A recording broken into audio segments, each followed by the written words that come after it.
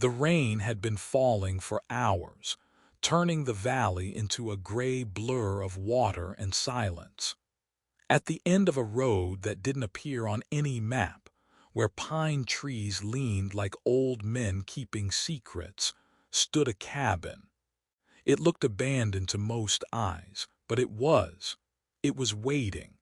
Inside, Malachi Thorne sat alone. The coffee in his mug had long gone cold, but he held it anyway, more out of habit than thirst. 10 years had passed since anyone crossed that threshold. 10 years since he had let the world in or allowed himself to step out. He had made peace with the stillness, or so he thought. Then came the sound, not a knock, not footsteps. Something softer. He almost missed it, a faint, lifeless thud against the porch. He stood slowly, instinct dulled by solitude, and opened the door. What he saw didn't make sense. A woman, in a wedding dress. She was collapsed on the steps, soaked to the bone, her body slack like a puppet whose strings had snapped. The dress, once white, now clung to her like grief, muddy, torn, trailing behind her like abandoned dreams. Her dark hair covered half her face, but what he could see looked bruised, pale. Her lips were cracked, her wrists. That's when he saw them. Shackles, not ornamental, not theatrical, real iron, rusted, tight. She had been chained, and from the marks on her skin, for a long time. Whoever she was, she hadn't just fled. She had escaped. Malachi knelt beside her. He didn't touch her at first, just stared, trying to decide if this was real or another ghost his mind had conjured after a decade of silence. But the woman breathed, barely, and that was enough. He reached for her gently, as if afraid she might shatter. She didn't wake, didn't flinch, didn't speak. But the weight of her, light, soaked, broken, told him everything. She had nowhere left to go, and maybe neither did he. He lifted her without a word. Her head slumped against his chest. Rain poured down his back. He didn't care. Something ancient stirred in his chest, something he had buried with old love and older regrets. He carried her inside, not just because she needed warmth or safety, but because something about her arrival felt inevitable. Like a storm he had known was coming, but hoped would pass. As he shut the door behind them, the wind howled louder. The fire inside the cabin flickered. And for the first time in 10 years, Malachi wasn't alone. He didn't know her name. He didn't know her story. But somehow, deep down, he knew. Nothing in his... The warmth hit her first. Not all at once, but in strange, disjointed pieces. The smell of burning wood, the rough texture of a wool blanket, the distant hiss of something simmering. She opened her eyes slowly, each blink scraping against the raw edges of exhaustion. Wooden walls surrounded her. A fireplace crackled a few feet away. Shadows danced like quiet ghosts. She didn't know where she was. Panic fluttered in her chest, but her body didn't respond. Muscles heavy, mouth dry, thoughts fogged. All she remembered was running barefoot, breathless, shackled. She remembered rain and pain, and then nothing. She sat up too fast. The room spun. Her eyes landed on a figure sitting across from her, still and quiet. A man, weathered, solid, watching but not intruding. He sat in a chair by the window, hands clasped loosely like someone used to waiting. "You're safe," he said, voice low, rough from disuse. The words felt strange in the air, as if they didn't belong in this world or any she had known recently. Safe. What a strange word. She looked down. The dress was gone. In its place, a shirt and pants too large, smelling faintly of cedar and something else, something old. Her hands moved instinctively to her wrists. The skin was rubbed raw, but the shackles were gone. All that remained were the bruises, like fingerprints of someone who refused to let go. He didn't speak again. He just nodded toward the table. There, folded neatly, was the wedding dress, mud-caked and torn, hung beside the fire to dry. As if it still had a purpose. She wanted to ask where she was, who he was, what he wanted, but her throat burned and the questions caught somewhere between memory and fear. Instead, she nodded, almost imperceptibly. And he got up, walked to the stove, and ladled soup into a chipped bowl. He placed it on the table, stepped back. No explanations, no demands, just presence. She took the spoon with shaking fingers. The warmth of the broth burned her tongue, but she didn't stop. It wasn't just hunger, it was instinct, a body clinging to life it barely remembered wanting. He returned to his chair. The fire crackled between them. Time passed in uneven beats. And though neither spoke, something moved between them. He didn't ask what had happened. He didn't ask who had hurt her or why she came. Maybe he already knew the answer, or maybe some wounds were better understood in silence. She looked at him, really looked. Saw the lines carved by solitude, the quiet in his eyes that wasn't peace but absence. He was no stranger to escape or grief. When their eyes met, neither looked away, not out of curiosity, but recognition. The storm outside had passed, but inside the cabin, a different kind of storm had begun.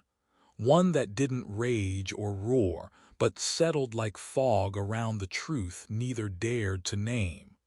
Whatever she had run from and whatever he had buried, they now shared the same room. And somehow that was enough for now.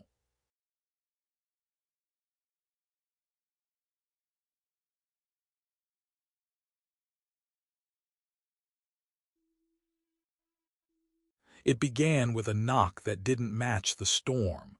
Polite, rhythmic, almost cheerful. Malachi stood in the center of the room, rifle loose in one hand, steady eyes on the door. Behind him, she crouched low behind the couch, breath shallow, hands gripping the blanket like armor. Outside, the rain had softened to a drizzle, but the air was heavier than before, like the quiet before something breaks. "Mr. Thorne," a voice called, smooth and practiced. "Sorry to disturb you at this hour." Malachi didn't answer. He didn't have to. The voice went on undeterred. "I'm looking for someone, a young woman. She's unwell. Wandered off from our wedding this afternoon. Poor thing, not in her right mind. I was hoping you might have seen her pass this way." The woman behind him flinched. Her hand went to her mouth to stifle the sound. Malachi didn't look back. He didn't need to. He could feel her fear, same as he could feel the weight of the lie in that voice. He stepped toward the door. The man standing outside was exactly as he imagined. Tall, clean-shaven, dressed in fine wool despite the mud and wet. His smile was effortless, expensive. His eyes were not. Clayton Voss. Malachi recognized the type before the name ever formed. Men who wore charm like armor, used words as weapons, and smiled while they claimed what wasn't theirs. Behind him were four others on horseback, each one scanning the tree line with quiet menace. Hired hands, the kind who didn't ask why, only how much. "Evening," Clayton said, tipping his hat as if he were dropping by for tea. "Mind if I ask you a few questions?" Malachi kept his voice even. Already answered one, didn't see anyone. Clayton chuckled. Well, you wouldn't have let her freeze on your porch, I imagine. Not a man like you. I'm not a man like anything, Malachi replied. The air grew still. Clayton leaned in slightly, tone dipping into something darker. I think you might be confused about how things work around here. Malachi didn't move. I think you should leave. From the corner of his eye, one of the men began to dismount. Clayton raised a hand, stopping him. The smile returned, tight now, edged.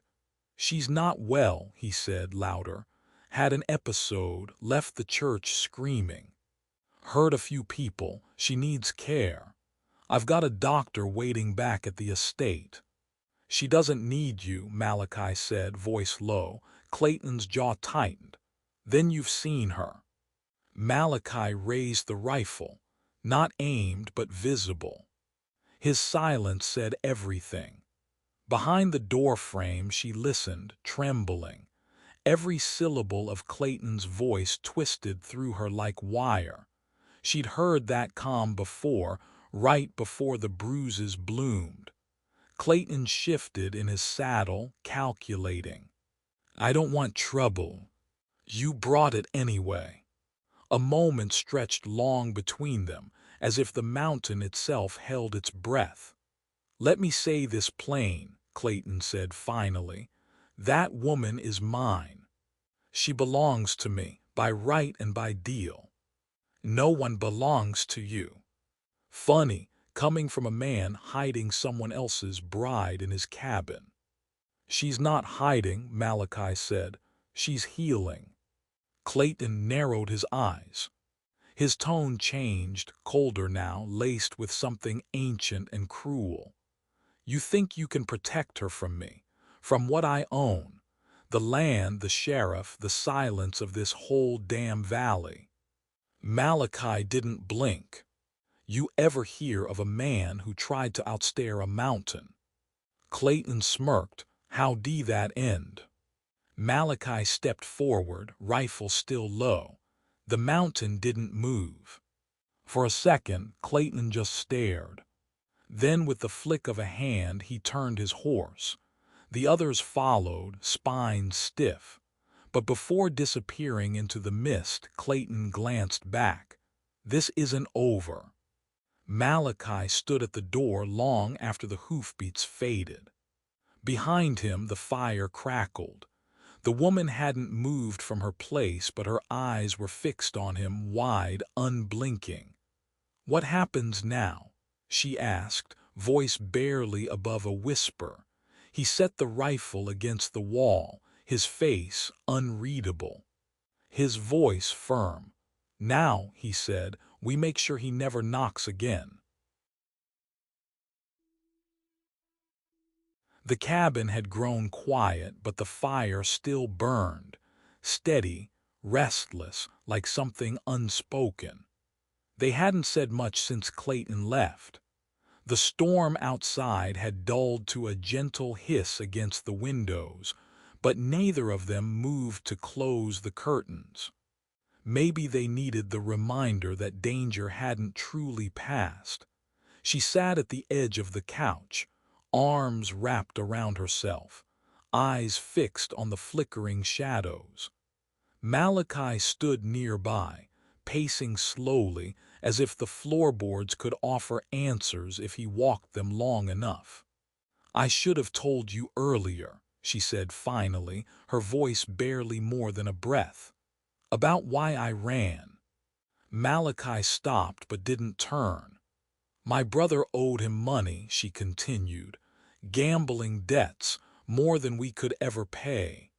Clayton offered a deal. He'd wipe the slate clean if I married him. Now Malachi turned to face her, but he didn't speak. I said no at first. Of course I did. But my brother, he begged, said it was the only way to save us both. And I didn't want to die. but I didn't want to disappear into someone else's idea of who I should be either. She looked down at her hands. The day of the wedding I ran. I didn't think I'd survive the night, but I knew I couldn't survive that life. Malachi crossed the room and lowered himself into the chair across from her. The fire between them flickered, casting lines across their faces like maps of everything they'd been through. "I know what it means to run," he said quietly, "and I know what it means to regret staying." He reached behind the mantel and pulled out a small wooden box. Inside lay a tarnished badge, its surface dulled by time but still unmistakable. "Sarah Mitchell," he said, 19, "came to me once back when I still believed the law was something you could trust. Told me she was being forced to marry a man like Clayton. I told her I'd protect her." He didn't finish. He didn't have to. "They found her in the river," he said after a long pause. "Said it was suicide, but I saw the bruises. I saw the fear in her eyes before she disappeared. I had the evidence, testimonies. Then one morning it was all gone. Sheriff had a new house, a promotion, and I had a dead girl on my conscience." He looked up at her. "I walked away, told myself justice was a lie, that solitude was safer."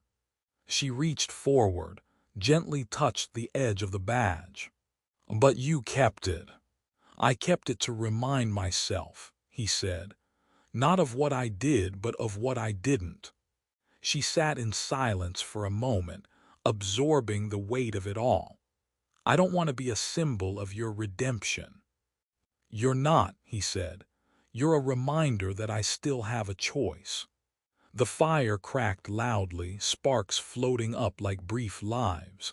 They both watched in silence.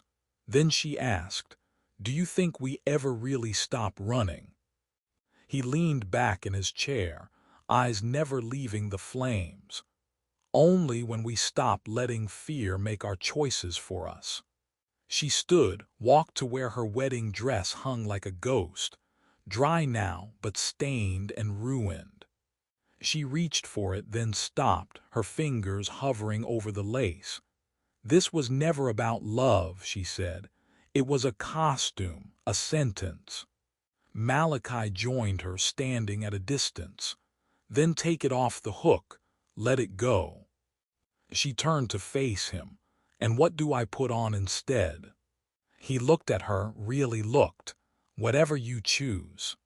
They stared at each other for a long moment. Then, slowly, she unhooked the dress and folded it gently, setting it aside. As if folding up a version of herself she no longer needed. She stepped closer to the fire, her voice quiet. "I don't want to be rescued, Malachi. I just want to be seen." He nodded. "Then start here." He handed her the badge. She held it in her hands, felt the cool weight of it, the tarnish, the memory. "This belongs to someone who once believed in doing the right thing." "And maybe still does," he said. She looked at him. "Then let's find out together." Outside, the dawn hadn't yet broken.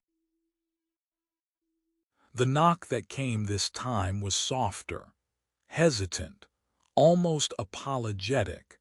Malachi paused by the table, rifle still in hand, though the edge of urgency had dulled. He motioned for her to stay hidden, then moved toward the door with practiced caution. Through the narrow slit in the curtain he saw a figure standing alone on the porch, a young man, soaked to the bone, with a deputy's badge catching the flickering light from inside. "It's Morrison," the voice called. "I'm alone." There was something in the tone, not desperation, not fear, but something more dangerous, conviction. Malachi hesitated, then opened the door. Deputy Morrison looked younger in the rain. Maybe it was the way the water clung to his lashes, or how his boots squelched on the porch boards like a boy who'd wandered too far from town. But his eyes held something steady, a kind of fire that didn't come from training but from choosing. "You've got 5 minutes," Malachi said. Morrison stepped inside, removing his hat with quiet respect. He saw the woman by the fire, still wrapped in the old blanket, eyes wary but no longer hiding. He nodded once gently. "Ma'am," he said. Then to Malachi, "You should know. What happened at the church, not everyone agreed with it." Malachi raised an eyebrow. "What happened?" "Your brother," Morrison said, turning back to her, "tried to stop the wedding, said you were being forced. Clayton had him beaten, tossed in a cell, charges fabricated, disturbing the peace." His jaw tensed. "He's alive, but just barely." Her hand flew to her mouth. "Tommy." Morrison nodded. "Clayton's holding him until this all resolves." Malachi's grip on the rifle tightened. "Why are you telling us this?" he asked, his voice even but heavy. Morrison looked down for a beat, then straightened. "Because I became a deputy to protect people, not to help rich men collect wives like cattle, and because I know what happened to Sarah Mitchell." The name cracked the silence like lightning. Malachi froze. "I was there," Morrison continued. "I saw the marks, I saw the bruises. That girl didn't drown herself. She was murdered, and we all knew it, but no one spoke." His voice trembled now, not with fear but with something deeper. "Guilt. I was new, thought the sheriff knew better, thought silence was safer, but I've carried that silence every day since. It eats at you. It rots your bones." Malachi said nothing. His face was unreadable. "There's a marshal," Morrison said. "Williams, he's coming from the capital. Been building a case against Clayton for months, racketeering, threats, trafficking. All he needs is testimony, something real, something brave." He looked directly at her. "Your story, combined with what happened to Sarah, it could bring him down." She looked at Malachi, then at the deputy. Her lips parted, but no words came, only breath, shallow, measured. "And if we testify?" she asked finally. "What happens to my brother?" Morrison's shoulders dropped. "We'll do everything we can, but if you don't speak, he won't survive anyway. Clayton doesn't leave witnesses." The fire hissed behind them. Outside, thunder rolled far off in the hills, distant but circling back. Malachi set the rifle down slowly.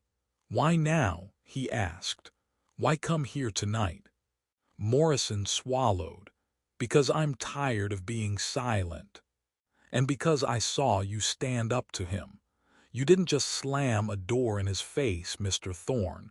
You made a choice. One I wish I'd made years ago."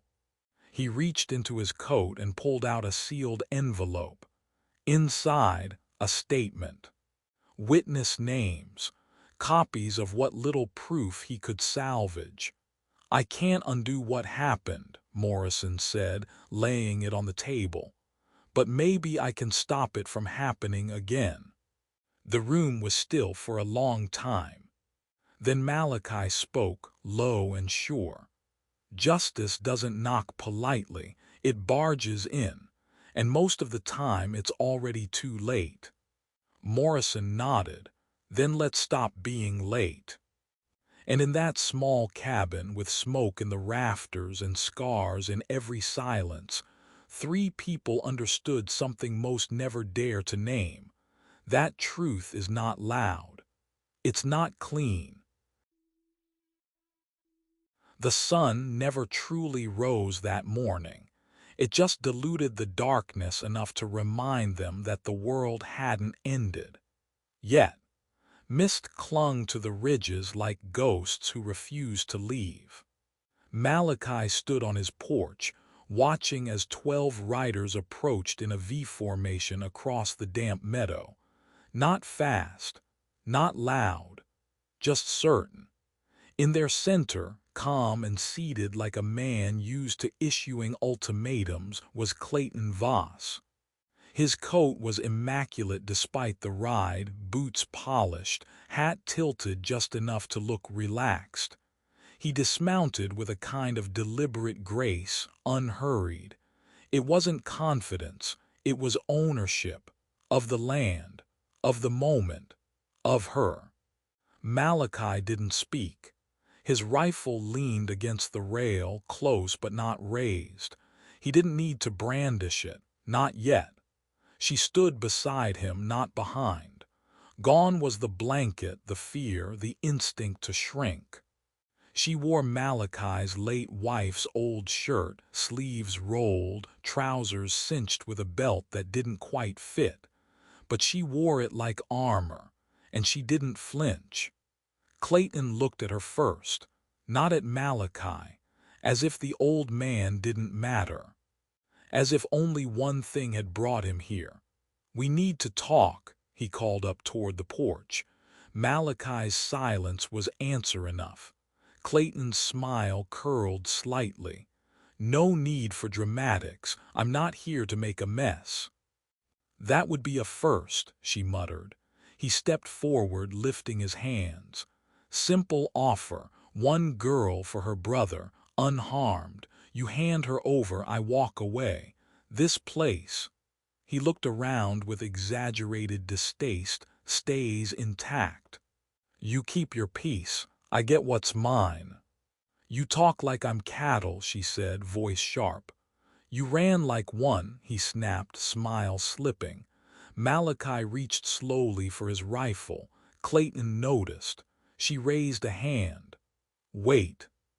Then she stepped forward, one boot on the first stair, then the next, until she stood alone at the base of the porch. But this time she wasn't shaking. "You said you came with an offer," she said. "I have a few terms of my own."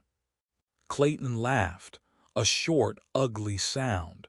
"You think you can bargain with me? You came here with 12 men. I think that means you're not as sure as you pretend." The riders shifted in their saddles. One looked to Clayton. He didn't like that. "You want your brother alive," Clayton said coldly. "You do as I say."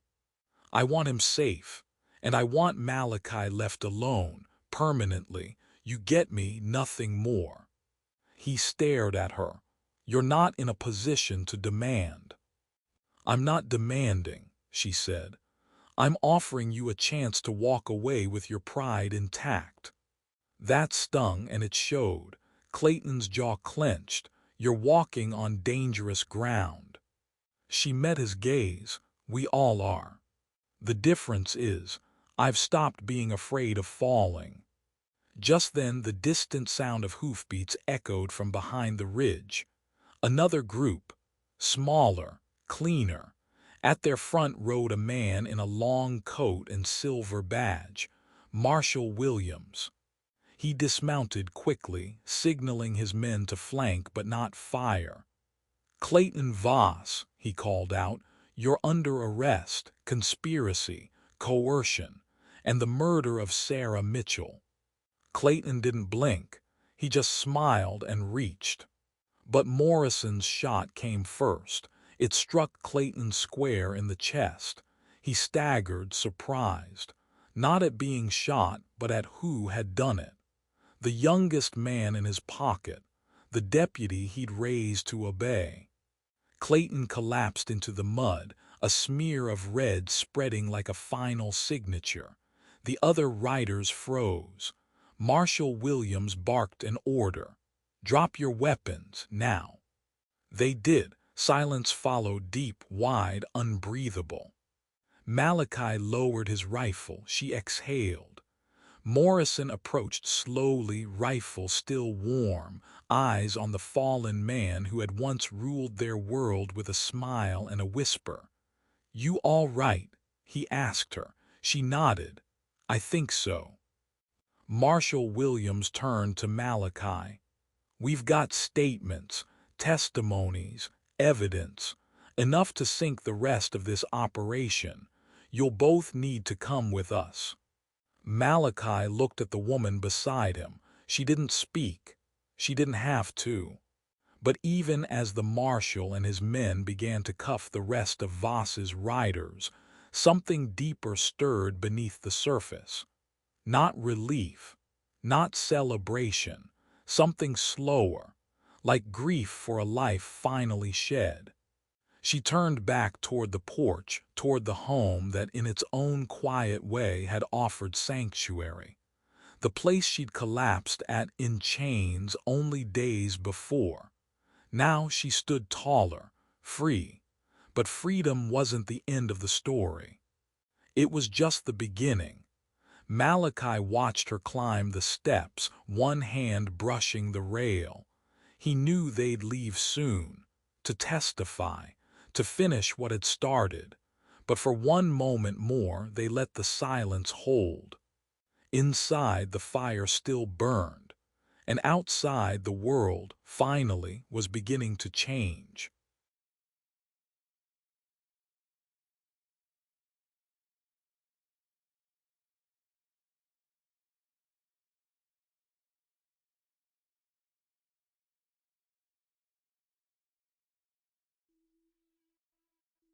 For a moment it seemed nothing would stop the storm from breaking.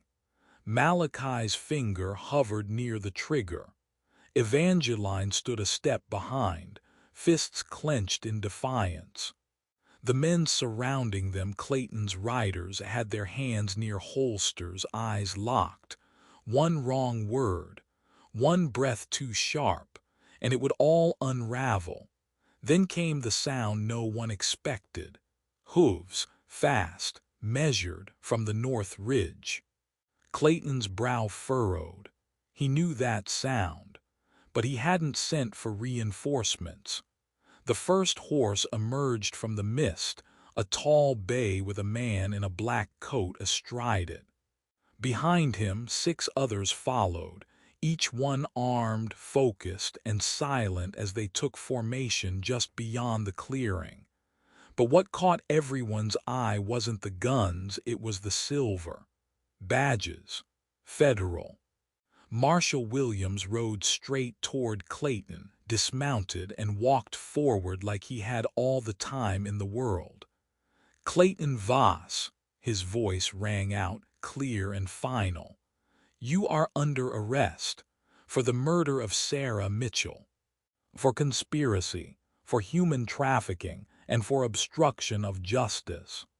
Silence fell like a hammer. Clayton blinked once. On whose authority?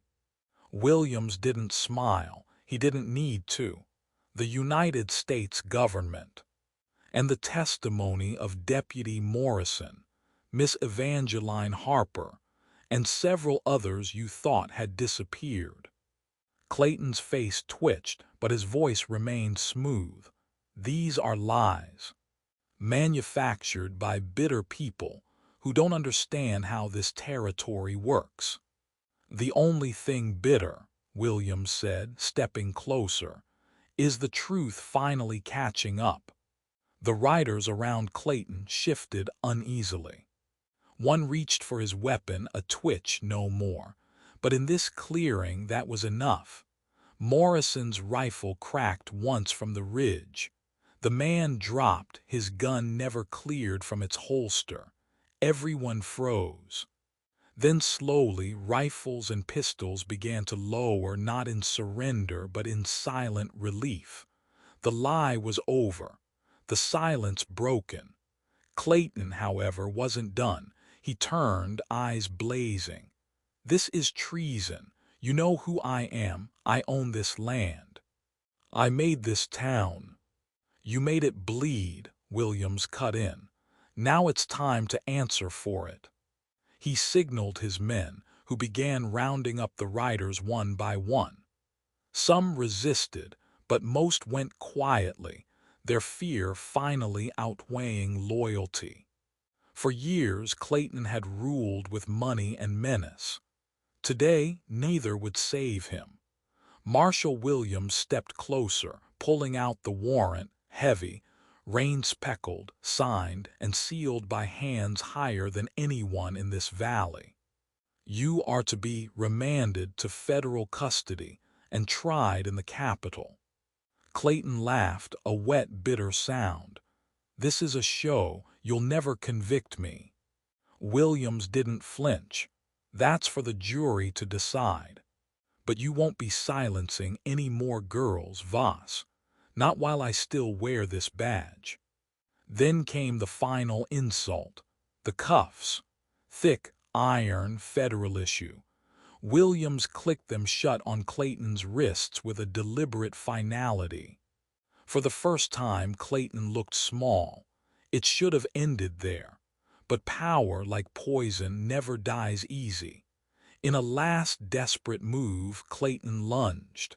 Not for a weapon, there were none near, but for Evangeline, maybe to spit on her, maybe to drag her down with him. He didn't reach her. Malachi stepped between them like a wall of iron. With one hand, he grabbed Clayton by the collar and forced him back into the arms of two marshals. That chapter's closed, he said quietly. Clayton growled through bloodied lips. You think this changes anything? No, Malachi replied. It ends it. As the marshals dragged Clayton away, the air itself seemed to shift. Lighter. Like a weight no one had realized there had finally been lifted. Evangeline remained still for a long moment. Then she looked around at the porch where she had once collapsed in chains, at the man beside her who had chosen to stand, and at the deputy who had dared to speak when it mattered. I never thought I'd live to see this, she said. You survived long enough to change it, Morrison replied. Marshal Williams nodded to Malachi. We'll need you both in town tomorrow. Statements, paperwork, the rest will take time. Malachi exhaled. Time I've got. The marshals mounted their horses, pulling the prisoners behind them. The last to leave was Morrison. He paused at the edge of the clearing, glancing back. Thank you, he said simply to both of them. Then he was gone. The clearing emptied. Only Malachi and Evangeline remained, standing in a world they barely recognized. A quieter world. A safer one. The fire inside still burned, not out of necessity, but comfort. And out past the porch, where blood had nearly been spilled, wildflowers trembled in the early wind. Justice had arrived, not with speeches or heroes, but with imperfect people who The morning after justice had come and gone, the valley lay quiet. Not the silence of dread or the emptiness that had long haunted the ranch, but a softer, fuller quiet. The kind that wrapped around the bones like a worn blanket, inviting rest, not hiding. Evangeline woke not to the sound of hooves or thunder, but to the slow simmer of something on the stove and the creak of boots across old floorboards. Her wrists no longer ached. Her breath no longer caught in her throat with every unfamiliar sound. She was safe, and more than that, she was free. In the kitchen, Malachi stood hunched slightly over a kettle, pouring water into two mismatched mugs. He didn't say anything when she appeared at the doorway, just nodded once, placing one mug on the table for her. No declarations, no grand gestures, just the rhythm of two people who had survived the same storm, now moving through a quieter morning. Later that day, A horse arrived at the ranch, not bearing a threat, but a young man swaying in the saddle with a bruised face and wide, disbelieving eyes. "Tommy," she breathed. He barely had time to dismount before she ran into his arms. For a long time, neither of them said a word. He held her the way only someone who'd once feared they'd never hold again could, tight, trembling, grateful. She didn't cry. She'd cried enough for a lifetime. But when he whispered, "I thought you were gone," her heart cracked and mended all at once. Malachi watched from the porch, his hat low over his eyes, as if to hide the flicker of emotion passing through them. He didn't move to interrupt. He knew this was their moment, their story. He was just grateful to be part of the same chapter. The days that followed passed without urgency. There were no grand plans, no rush to define what came next. The three of them, man, woman, brother, fell into an unspoken rhythm, fixing the broken fence posts the storm had toppled, cleaning the ash from the fireplace, tending the garden that had long gone wild. Sometimes in the early mornings, Evangeline would sit by the porch with a book she wasn't reading, watching the sun rise. Sometimes Malachi would join her, never asking questions, never pressing for things she wasn't ready to share. He just sat beside her, and in that silence something rooted itself, deeper than comfort, quieter than love, but just as necessary. It wasn't romance the way people told stories. There were no roses, no swooning under starlight. There was shared coffee, quiet glances, the passing of tools during chores, the echo of boots beside hers on wooden floors. And over time, those small things became everything. 6 months later, they stood in the same church where her life had almost been sold away. This time, she wore a simpler dress. No veil, no lace, just a soft cream fabric that moved like water. There were no guests, no music, no elaborate vows. Just Tommy standing at her side and Malachi looking at her like she wasn't something to rescue, but someone to walk beside. They exchanged no rings. Just hands held tightly with calluses and trembles alike. When the preacher asked if they chose each other freely, they both answered at the same time, "I do." Afterward, they didn't throw a party. They returned to the ranch, where the fire was already burning and the table already set. Malachi made soup. Evangeline baked bread. Tommy lit a lantern outside the barn, where horses stirred softly in their stalls. That night, as the sky turned a velvet blue, they sat together on the porch, watching the stars blink awake one by one. "You think it lasts?" she asked, not looking at him. Malachi took a long breath. "Don't know," he admitted. "But for the first time in a long while, I want it to." She smiled. Not the tight, guarded smile of a woman used to surviving, but the soft, uncertain one of someone finally